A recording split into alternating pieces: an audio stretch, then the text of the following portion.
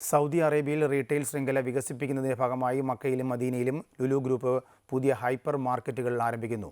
മക്കയിൽ നടന്ന പുതിയ പദ്ധതിയുടെ കരാർ ഒപ്പിടൽ ചടങ്ങിന് ശേഷം ലുലു ഗ്രൂപ്പ് ചെയർമാൻ എം.എ. യൂസഫ് അലിയാണ് ഇക്കാര്യം പ്രഖ്യാപിച്ചത്. മക്ക ജബൽ ഒമറിലെ സുഖൂൽ ഖലീൽ 3 ആരംഭിക്കുന്ന സംരംഭം ജബൽ ഒമർ ഡെവലപ്മെന്റ് കമ്പനിയാണ് നിർമ്മാണം പൂർത്തീകരിക്കുക.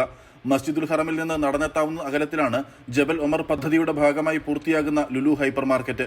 ജബൽ Omar development company CEO Khalid Al Amoudi, Al Manakha urban project development company CEO engineer Waleed Ahmed Al Ahmadi, Lulu group Saudi director Shaheem Muhammad എന്നിവർ ലുലു ഗ്രൂപ്പ് ചെയർമാൻ എം.എ. യൂസഫ് അലിയുടെയും മറ്റ് ഉദ്യോഗസ്ഥരുടെയും സാന്നിധ്യത്തിൽ നിർദ്ദിഷ്ട പദ്ധതികളുടെ സംയുക്ത കരാറിൽ ഒപ്പുവെച്ചു.